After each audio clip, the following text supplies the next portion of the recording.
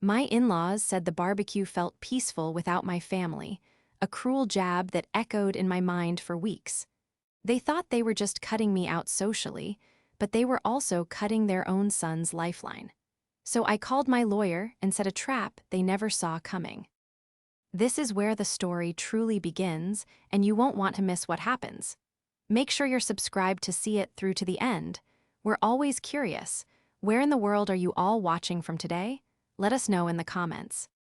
The diagnosis came on a Tuesday, delivered in a sterile, white room that smelled faintly of antiseptic and anxiety. The doctor's words were a muffled drone in my ears, a series of clinical terms that blurred into a single, terrifying reality. My immune system was attacking itself. I was diagnosed with a chronic condition, one that would require lifelong management, careful monitoring, and a significant reduction in stress. I left the clinic in a daze, the prescription slip clutched in my hand, feeling heavier than a slab of concrete. The world outside seemed unnaturally bright, the sounds of the city too loud. All I wanted was to go home, curl up in my husband Liam's arms, and feel the solid, reassuring weight of his presence. He had always been my rock, the calm center in any storm. I needed that calm now more than ever. When I walked through the door, the house was silent. Liam wasn't home from the office yet, which was unusual. He was an architect, the owner of a boutique firm he had built from the ground up, and while his hours could be long, he was usually home by 6. A prickle of unease ran down my spine. I called his cell, but it went straight to voicemail. I tried his office, but no one picked up. My mind, already frayed from the doctor's news, began to spin with worry. Had something happened? An accident? I was just about to call the local hospitals when my phone buzzed with a text. It was from Liam. "Running late. At Mom's. Will be home later." Relief washed over me, quickly followed by a familiar, weary sigh. "At Mom's" was a phrase that had come to signal trouble. His mother, Isabella, and his younger brother, David, had a way of creating chaos wherever they went, a vortex of drama that often pulled Liam in. I texted back, "Everything okay? I need to talk to you about something important." The 3 dots appeared and disappeared for what felt like an eternity before his reply came through. "Can it wait? Mom's upset." Of course, it could wait. It always could when Isabella was upset. I sank onto the sofa, the doctor's sterile white room replaying in my mind. The diagnosis felt like a fragile, secret thing, too heavy to carry alone, but I would have to, at least for a little while longer. Hours later, Liam finally came home. He looked exhausted, his shoulders slumped and a deep line etched between his brows. He tossed his keys onto the console table with a clatter and loosened his tie. "What a day," he muttered, running a hand through his hair. I rose from the couch, my own news feeling lodged in my throat. "Liam, honey, what happened? Is your mom okay?" He shook his head, avoiding my eyes. "Same old story. David is having money problems again, and Mom is worried sick. She thinks I'm not doing enough to help him, that I'm letting my own brother struggle." My heart sank. David, a financial advisor at a rival firm, was perpetually in some kind of self-inflicted crisis, and Isabella's solution was always for Liam to bail him out. "But you've helped him so many times, Liam. You co-signed his mortgage, you paid off his car loan," I began, but he cut me off. "I know, Mila, don't you think I know that?" His voice was sharp, defensive. "But he's my brother. What am I supposed to do?" The injustice of it all, the sheer emotional weight of his family's endless demands felt suffocating. And now, on top of my own terrifying news, this. I took a deep breath, trying to steady myself. I went to the doctor today." His gaze finally met mine, but it was distant, clouded with his own worries. "And?" he asked, his tone impatient. The carefully constructed words I had practiced in my head all evening crumbled. They said my levels are off. I need to do more tests." It was a watered-down version of the truth, a pathetic attempt to gauge his reaction without dropping the full weight of the diagnosis on him. He barely registered it. "Okay, well, let me know what they say." He turned and headed toward the kitchen. "I'm starving. Did you eat?" The casual dismissal was like a slap in the face. It wasn't just that he was distracted. It felt like he didn't care. The conversation then shifted to the upcoming family barbecue at his mother's house that weekend, an annual event. I mentioned that my sister had asked if she and her husband could come, hoping to finally bridge the gap between our two families. Liam's reaction was immediate and cold. "I don't think that's a good idea, Mila. Not this year." Things are too tense. Later that night, I overheard him on the phone with Isabella. His voice was low, but I could hear the strained, placating tone he always used with her. "No, Mom, of course not. Mila's family isn't coming. Yes, I know. It will be more peaceful that way." The words were a physical blow, knocking the air from my lungs. It wasn't just about a barbecue anymore. It was about a line being drawn, a deliberate exclusion fueled by his mother's venom. The betrayal was worse than the diagnosis itself. The days following that phone call were a blur of hollow emptiness. I went through the motions of my life, working from my home office, preparing meals Liam barely touched, managing my new medication regimen in secret. The joy had been leached from our home, replaced by a tense, oppressive silence. Liam was a ghost, a polite stranger who shared my bed. He was physically present but emotionally a million miles away, lost in the fog of his family's making. My attempts to reconnect were met with one-word answers and weary sighs. He was consumed, and I was being pushed further and further to the periphery of his life. The diagnosis remained a secret, a heavy cloak I wore alone. How could I share my vulnerability with a man who couldn't even see the pain already in my eyes? The Saturday of the barbecue arrived, a bright, sunny day that felt like a mockery. Liam got ready in near silence, pulling on a polo shirt and khaki shorts. "Are you sure you don't want to come?" he asked, his voice lacking any real warmth. It was a token invitation, a box to be checked. "No," I said, my voice flat. "I don't feel up to it." It was the truth. The stress of the past week had triggered a flare-up, and a dull ache had settled deep in my bones. "Besides," I added, unable to keep the bitterness from my voice, "I'd hate to disrupt the peace." He had the grace to look away, a faint flush creeping up his neck. He knew what he was doing, what he was allowing his mother to do, was wrong. But he was too weak, too ensnared in their web of obligation and guilt to fight it. He left without another word. I spent the day in a state of suspended animation, wandering through the quiet rooms of the house we had built together. Every object, every photograph seemed to be a relic from a different life, a time when our laughter echoed in these halls. Around mid-afternoon, my sister called. "Hey, just checking in. How are you feeling?" Her cheerful voice was a balm. "I'm okay," I lied. "Just a quiet day at home." I couldn't bring myself to tell her the truth, that she and her husband had been deemed unworthy of attending a simple family barbecue, that my own husband had sanctioned the insult. The shame was too great. Later that evening, Liam came home smelling of charcoal and cheap beer. He dropped into an armchair, his face a mask of weary resignation. I knew better than to ask if he'd had a good time. Instead, I waited. After a long silence, he spoke. "Mom and David want to talk to me about the business." My blood ran cold. "What about the business?" I asked, my voice carefully neutral. As a forensic accountant, I had a deep and intimate understanding of our finances, both personal and professional. Liam was a brilliant architect, a creative visionary, but his passion was for design, not for balance sheets and profit margins. I had always handled the financial backend of his company, a silent, uncredited partner in his success. "They're worried," he said, staring at the floor. "They think I'm overextended on the new condo project. David says the market is about to turn, and he thinks I should sell off a majority stake in the company to protect myself. He's even found an investor who's interested." A siren wailed in my mind. David, the man who couldn't manage his own finances, was suddenly giving business advice. An investor materializing out of nowhere? It was all too neat, too convenient.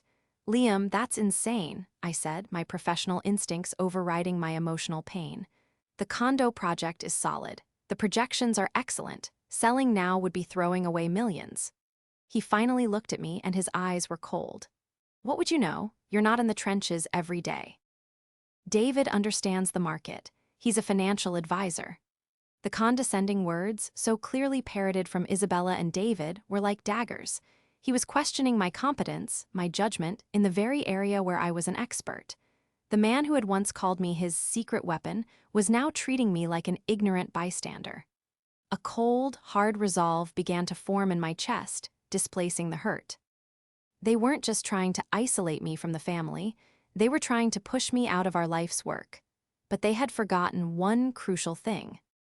Our story wasn't a fairy tale, but it had been built on a foundation of mutual respect and shared dreams. We met in college. He was the charming, ambitious architecture student, and I was the pragmatic accounting major who found beauty in the clean logic of numbers. I fell for his passion, the way his eyes lit up when he talked about creating spaces that would outlive him. He fell for my stability, the way I grounded him and made his soaring dreams feel achievable. His family, however, never approved. I came from a modest, blue-collar background, while the Kings prided themselves on their old money lineage, a pedigree that was more perception than reality. His mother, Isabella, was the queen of this carefully constructed facade. She was a woman who dripped with quiet judgment, her polite smiles never quite reaching her cold, calculating eyes. From the beginning, I was not enough. My clothes were not from the right labels, my family was not in the right social circles, and my profession was, in her words, dreadfully unglamorous. When Liam announced his intention to start his own firm after graduation, I was his biggest cheerleader. I worked 2 jobs to support us while he poured every ounce of his energy into his designs. I spent countless nights hunched over spreadsheets, creating business plans, securing loans, and managing the company's finances with meticulous precision. I was the unseen scaffolding that allowed his magnificent structures to rise. My sacrifices were invisible to his family. They saw only Liam's success, and in their twisted view, I was a freeloader, a woman who had lucked into a comfortable life. Isabella was the master manipulator, planting seeds of doubt with a casual comment here, a concerned sigh there. "Are you sure you should be taking on so much risk, darling?" she'd ask Liam, glancing at me. "Mila doesn't have a family safety net to fall back on if things go wrong." She made my independence sound like a liability. Her son, David, was her loyal and resentful lieutenant. He was a man who wore his jealousy like a tailored suit, polished on the outside, but poorly fitted and uncomfortable. He worked as a financial advisor, a profession that gave him a veneer of authority he used to constantly undermine me.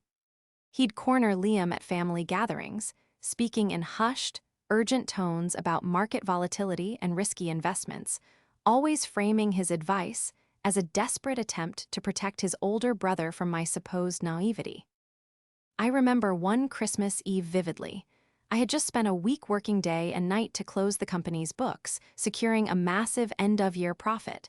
I was exhausted but proud. At dinner, Isabella raised a toast. "To Liam," she said, her eyes glittering, "and to his continued success, in spite of all the burdens he carries." The barb was aimed directly at me, a public declaration that I was a weight holding her brilliant son down. Liam, desperate to keep the peace, just smiled weakly and squeezed my hand under the table. He didn't defend me. He never did. It was easier to absorb the cuts, to let the poison drip, than to confront his mother. Now, with David's talk of a mysterious investor and Liam's sudden, chilling dismissal of my professional opinion, I saw their long game with terrifying clarity. It wasn't just about social exclusion. It was a strategic campaign to sever my influence completely, to paint me as an incompetent, hysterical wife, so they could get their hands on the empire I had helped build. David's professional life was a series of failures and bad bets, a fact Isabella conveniently ignored. His interest in Liam's company wasn't protective, it was predatory. He was a vulture circling what he believed was a weakened target. And Isabella, the matriarch, was guiding him, her eyes fixed on the prize, her son's company, free from the inconvenient influence of his working-class wife. They saw Liam not as a son or a brother, but as a resource to be plundered. And they saw me as the only thing standing in their way. The morning after Liam dropped the bombshell about selling the company, something inside me shifted. The hurt and confusion that had clouded my mind for weeks receded, replaced by the cold, sharp clarity of a professional on a mission. The victim was gone. The forensic accountant was back. I sat at my desk, the early morning light casting long shadows across the room, and felt a surge of adrenaline. They thought I was a fragile, emotional wife they could easily sideline. They had no idea who they were dealing with. My mind went back 15 years to the early days of Liam's firm. We were young, full of ambition, and taking on massive financial risks. I knew then that we had to separate our personal lives from the volatility of a new business. I spent weeks with our lawyer, structuring a financial shield that would protect our future. The result was the King Family Irrevocable Trust. Into this trust, I had placed our most significant personal assets, the deed to our house, our retirement portfolio, and a substantial emergency fund. As the trustee, I had sole administrative control. It was an ironclad fortress, completely insulated from why business debts or liabilities. Liam, who found such matters tedious, had willingly signed the documents, grateful that I was handling it. Over the years, as his success grew, the memory of the trust had faded from his mind, a boring piece of paperwork from a distant past. To him, our wealth was a single, amorphous entity. To me, it was a carefully segregated system of defenses. This trust was my secret weapon. They thought they were coming for everything, but the real prize was already off the table, safely secured under my command. My first step was to understand the enemy. I needed to know who this mysterious investor was. Liam had been vague, mentioning only that it was a contact of David S. I started with a simple search, cross-referencing David's professional network with newly formed corporations. It was a long shot, but my instincts were screaming that this was an inside job. While I waited for those searches to bear fruit, I turned my attention to the company's books. Liam, at David's suggestion, had recently switched to a new accounting firm, effectively locking me out of the day-to-day financials. But he had forgotten one thing: I had designed the original accounting system. I knew its architecture, its backdoors, its digital fingerprints. Late that night, while Liam slept, I slipped into his home office. It felt like a betrayal, but I knew it was a necessary one. I accessed the company's server, my fingers flying across the keyboard. It didn't take long to find the anomalies. There were unusual payments to shell corporations, inflated invoices from unknown vendors, and a series of transactions that were clearly designed to bleed the company dry, creating the illusion of a business on the verge of collapse. It was clumsy work, arrogant and obvious. David wasn't just advising Liam to sell, he was actively sabotaging the company to drive down its value. He was orchestrating a fire sale where he and his mysterious partner could pick up the ashes for a bargain. The next day, I hired a private investigator, a discreet professional I had used for corporate cases in the past. I gave him a name, David King. I wanted to know everything: his recent financial dealings, his associates, his debts. The preliminary report came back within 48 hours, and it was devastating. David was drowning in debt from a series of disastrous personal investments. He owed money to some very dangerous people. The investor he had found for Liam's company was a holding company, and a few layers deep, I found the name I was looking for. The majority shareholder was Isabella King. My mother-in-law was using a front to finance the hostile takeover of her own son's business, with her other son as the inside man. This wasn't just a betrayal. It was a conspiracy of breathtaking cruelty. My heart ached for Liam, for the pain he would feel when he learned the truth, but my resolve hardened. They had started a war, and I was going to finish it. Armed with the digital evidence of sabotage and the private investigator's report, I knew I couldn't wait any longer. The slow, methodical poisoning of Liam's mind against me was nearly complete. I had to act, to shatter the false reality his mother and brother had so carefully constructed around him. I chose my moment carefully. It was a Thursday evening, the day before he was scheduled to meet with the investor to sign the preliminary sales agreement. He was in his study, staring blankly at a set of blueprints, the weight of his perceived failure pressing down on him. I walked in and placed a single folder on his desk. I didn't say a word. He looked up, his eyes weary and irritated. "Mila, I'm really not in the mood." "Open it," I said, my voice quiet but firm. He sighed, a gust of impatient air, and flipped open the folder. The first page was a simple flowchart. On one side was King architecture. On the other, a box labeled Investor Holding Corp. arrows snaked from the holding company through a series of shell corporations, ending at a single name, Isabella King. Liam stared at it, his brow furrowed in confusion. What is this? Some kind of joke? It's no joke, Liam, I said, my voice devoid of emotion.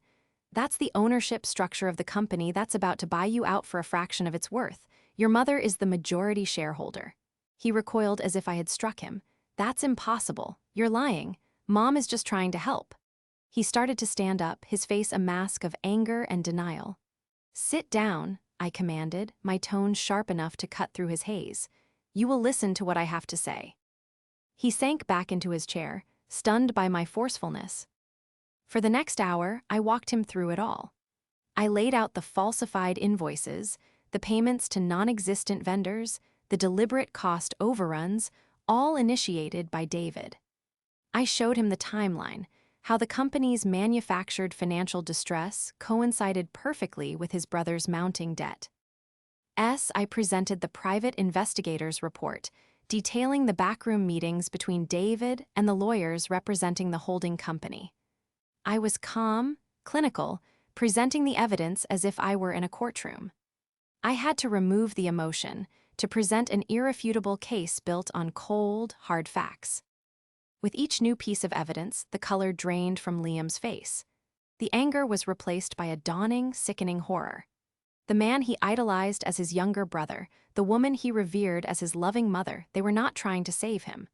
They were vultures, picking his bones clean. When I was finished, the room was silent save for the sound of Liam's ragged breathing. He looked at the mountain of evidence on his desk, then up at me, his eyes filled with a terrifying, bottomless pain. Suddenly, his phone rang, the cheerful ringtone jarring in the heavy silence. He looked at the screen. It was David. He answered on speakerphone, his hand trembling. Hey, big brother. David's voice was slick and cheerful. Just wanted to see if you were all set for the meeting tomorrow. This is a great deal, Liam. These guys are really doing you a favor. In a few years, once we've turned the company around, maybe we can even talk about you buying back in at a discount. The casual, condescending cruelty of his words, the smug assumption that his plan had worked, was the final, devastating blow. Liam's face crumpled. A favor? He whispered, his voice cracking. You're calling this a favor? David's cheerful tone faltered. What's wrong? You sound weird. Liam hung up the phone without another word. He stared at me, his eyes pleading, as if hoping I would tell him it was all a nightmare. They wouldn't, he stammered. My own family, I didn't offer comfort. Not yet. He needed to sit in the rubble of his broken illusions. He needed to understand the full scope of the betrayal. Only then could we start to rebuild. The immediate aftermath of the revelation was brutal. Liam was a broken man, adrift in a sea of grief and disbelief. He spent a full day in a silent, withdrawn state, the pieces of his life lying shattered around him. The family he had trusted, the mother he had revered, the brother he had protected, it was all a lie. He was their mark, not their beloved son and brother. My heart ached for him, but I knew that wallowing in despair was a luxury we couldn't afford. Isabella and David, having been spooked by Liam's strange phone call, would be planning their next move. They were like cornered animals, and that made them dangerous. I gave Liam 24 hours to process the initial shock. Then I went back into his study, my expression one of grim determination. We don't have time for this, Liam, I said, my voice gentle but firm. They are not going to just walk away. They are going to escalate. We need a plan. The fog in his eyes began to clear, replaced by a flicker of the old fire I had fallen in love with. He nodded slowly. What do we do? Our first step was to gather irrefutable public proof. The financial records I had uncovered were damning, but they could be dismissed as a misunderstanding, a matter of interpretation. I needed something more, something personal and undeniable. My private investigator had discovered that David, in his desperation, had borrowed money from a loan shark and had also defrauded several of his other clients. Small business owners he had convinced to invest in shell companies that he controlled. He had left a trail of victims. I decided to reach out to one of them, a man named Mr. Chen, who owned a local chain of hardware stores. David had advised him to invest his life savings into a guaranteed real estate venture, which had promptly vanished. Mr. Chen was ruined and desperate for justice. After a long, emotional conversation, he agreed to help us. He had saved every email, every text message from David. It was a complete record of his fraudulent scheme. Meanwhile, Isabella began her counterattack. She started calling Liam relentlessly, her voice a syrupy blend of concern and accusation. "Darling, what's wrong? You're not answering my calls. Is Mila saying things to you? You know how she gets so emotional. She's never understood our family, our bond." When Liam refused to engage, she shifted her tactics, sending him long, manipulative text messages about his duty as a son, about how he was breaking her heart. She was trying to re-establish control, to pull him back into the fog. But it was too late. He saw the strings now. He saw the puppet master. The final piece of our case came from an unexpected source. The new accounting firm David had insisted Liam hire was a small, obscure company. On a hunch, I had the pie look into its owner. It turned out he was David's former college roommate, a man who had lost his accounting license years ago for ethics violations. He was a hired gun, brought in to cook the books and legitimize the fraud. We had them. We had Mo. Ive means, and a conspiracy that was not just immoral, but deeply criminal. The second confrontation was with Liam at the helm. He called David and told him to come to the house, saying he had some final questions before the big meeting. David arrived smug and confident, ready to close the deal. Liam led him into the study, where I was waiting. On the large screen where Liam usually reviewed his architectural renderings, I had projected the entire case file, the flowcharts, the bank transfers, the emails between David and the disgraced accountant. David's face went white. He started to stammer, to bluster about misunderstandings and complex financial instruments. Liam cut him off. "Save it," he said, his voice like ice. "We know everything." Just then, Mr. Chen walked into the room. David looked like he had seen a ghost. "You know Mr. Chen, don't you, David?" Liam asked, his voice dripping with contempt. "You told me you were helping him diversify his portfolio. It seems you diversified it right into your own pocket." David stumbled backward, cornered and exposed. The polished veneer of the successful financial advisor cracked, revealing the desperate, pathetic conman underneath. The spell was broken, completely and irrevocably. Isabella, sensing she was losing control, made a final, desperate gambit. She called a formal family meeting at her lavishly decorated home, summoning us for what she termed an emergency intervention to save Liam from his own folly and, of course, from my ruinous influence. It was the perfect stage for our final act. We accepted the invitation. When we arrived, the scene was set. Isabella was seated in her favorite wingback chair, the picture of a concerned matriarch. David stood near the fireplace, attempting to project an air of confidence that he didn't feel. They had even brought their lawyer, a shark in a $1,000 suit, to add a veneer of legitimacy to the proceedings. "Liam, darling," Isabella began, her voice trembling with manufactured emotion. "We are so worried about you. David has put together this generous offer to save your company, to save your legacy, and you are throwing it all away. You must listen to reason." The lawyer cleared his throat and began to speak, detailing the terms of the sale, which he framed as an act of profound familial generosity. Liam listened patiently, his expression unreadable. When the lawyer was finished, a smug silence settled over the room. Isabella looked at her son, expecting his capitulation, his gratitude. Liam stood up. He didn't look at his mother or his brother. He looked at me and gave a small, almost imperceptible nod. "Thank you for that presentation," he said, his voice calm and steady. "It was very illuminating, but I'm afraid I will have to decline your generous offer." Isabella gasped. "Liam, what are you talking about? Your company is worthless. You're facing bankruptcy." Liam smiled, a thin, cold smile I had never seen before. "That's where you're mistaken," he said. The company was certainly in trouble, thanks to a concerted effort of sabotage from within my own family. But bankruptcy? No. He turned to me. "Mila," it was my cue. I opened my briefcase and pulled out a single, leather-bound folder. "As you know," I began, addressing the room, "I am a forensic accountant.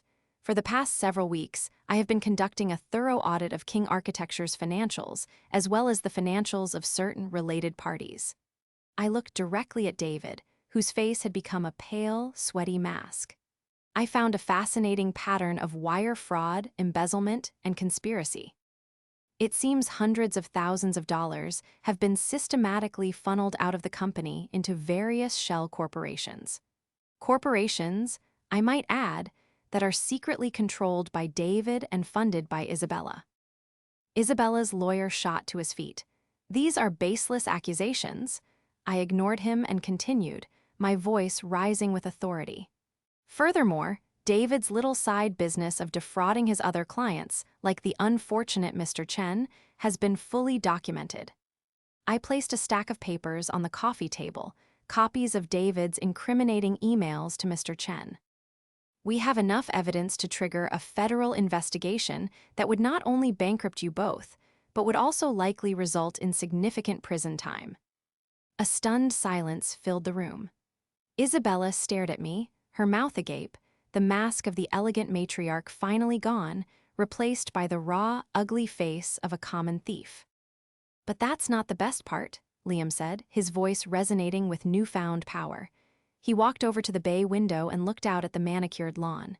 "You see, you went to all this trouble to steal a company, but you were so focused on the business, you forgot about the foundation. You forgot about what really matters." He turned back to face them, his eyes blazing.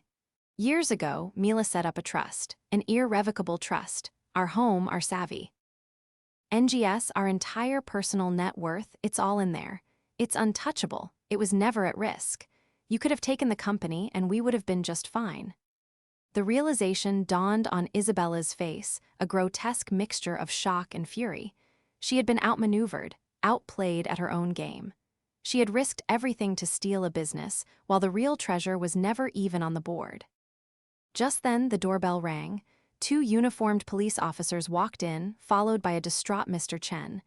David let out a small, choked cry. Liam looked at his brother not with hatred, but with a deep, profound pity.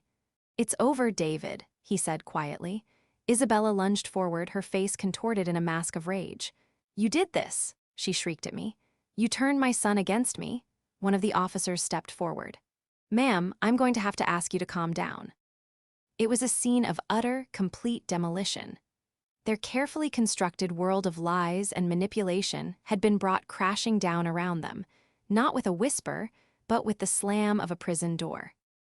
The downfall of Isabella and David King was as swift as it was absolute. Faced with irrefutable evidence of fraud and the testimony of multiple victims, David accepted a plea bargain that sent him to a medium-security prison. His career was over, his reputation destroyed. Isabella, implicated as the primary financier of the conspiracy, avoided jail time due to her age, but she was financially ruined. The legal fees and court-ordered restitution to Mr. Chen and David's other victims wiped out her entire fortune. She was forced to sell her lavish home and move into a small, rented condo, a queen deposed from her throne of lies. The peaceful barbecues were a thing of the past. She was left with nothing but her bitterness and the public shame of her actions. Liam's company, King Architecture, was mortally wounded but not dead.